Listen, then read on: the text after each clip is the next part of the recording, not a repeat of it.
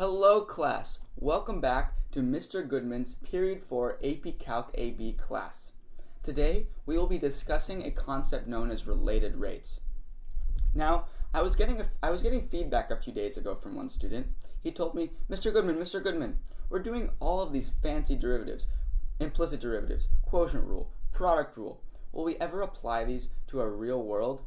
Well, today we will be doing just that.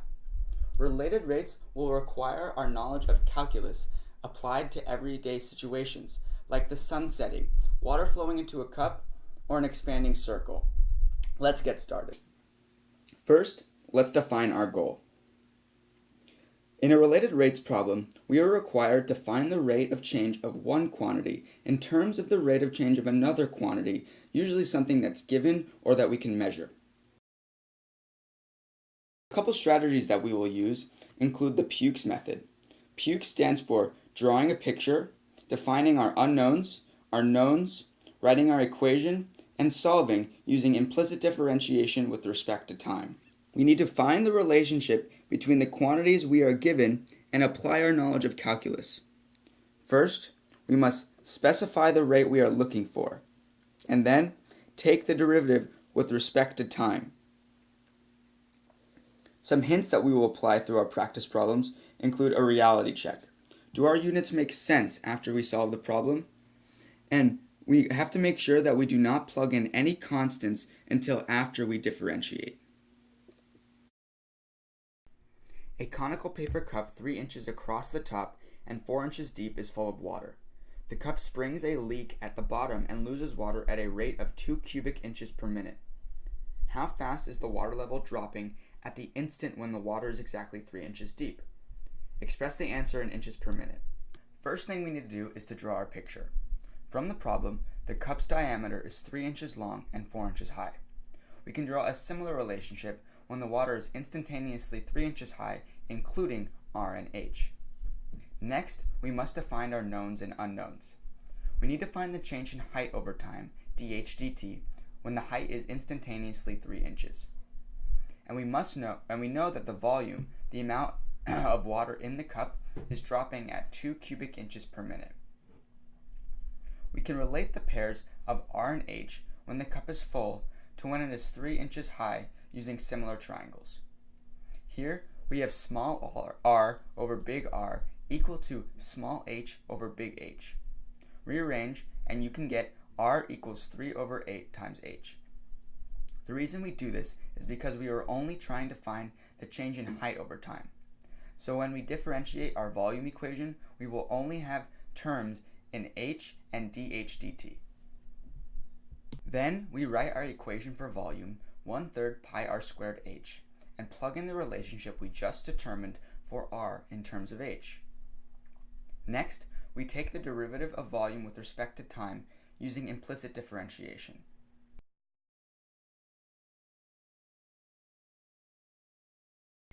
Then, isolate dH dt when h equals 3 in one side of the equation. Plug in our change in volume over time and h equals 3 from the given information. From there, we have our answer. This makes sense because the negative answer denotes water level dropping at a rate of inches per minute. Air is being pumped into a spherical balloon at the rate of 7 cubic centimeters per second. What is the rate of change when the radius at the instant the volume equals 36 pi? First, let's draw our picture and identify knowns and unknowns.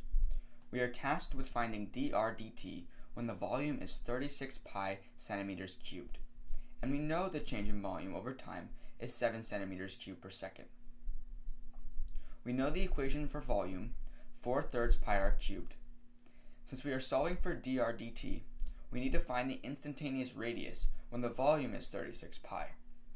From there, we use our equation and solve that r equals 27 centimeters. Remember, we must not plug this value into our equation until after we differentiate fully. Next step is to differentiate volume with respect to time. Using the implicit derivative, we get dv dt equals 4 pi r squared times dr dt. Afterwards, we rearrange our equation, isolating dr dt when r equals 3, and then plug in our known value for dv dt, which is 7, and r equals 3. Plug that in, and you get 7 over 36 pi centimeters per second for the change in radius over time. This makes sense because the radius is increasing as the volume of air being pushed into the balloon is increasing as well.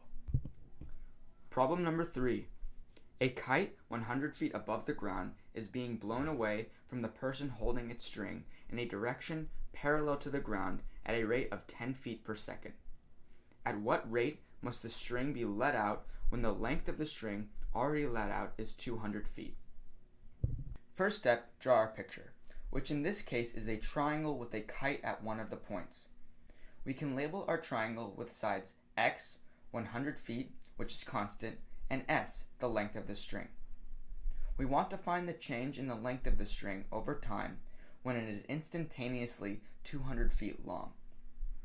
And we know that the kite's x position is changing at a rate of 10 feet per second, which is essentially dx dt.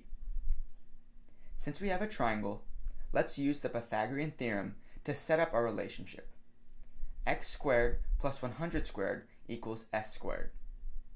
Next, we can take the derivative of both sides. D of x squared plus 100 squared dt equals ds squared dt. Use implicit differentiation and we get 2x dx dt equals 2s ds dt. You can cross out the 2's on both sides. Next step is to isolate our ds dt when s is 200 feet, which equals x over s dx dt. We know our instantaneous s, but we do not know its corresponding x value. Here, we use the Pythagorean theorem, plugging in our knowns, 100 for the height, 200 for the length of the string, and we get x is instantaneously 100 root 3 feet. Mind my work, it should say feet, not feet squared. Our final step is to rewrite our equation for ds dt when s is 200 feet and when x equals 100 root 3. Plug in our values. Remember that dx dt equals 10 feet per second.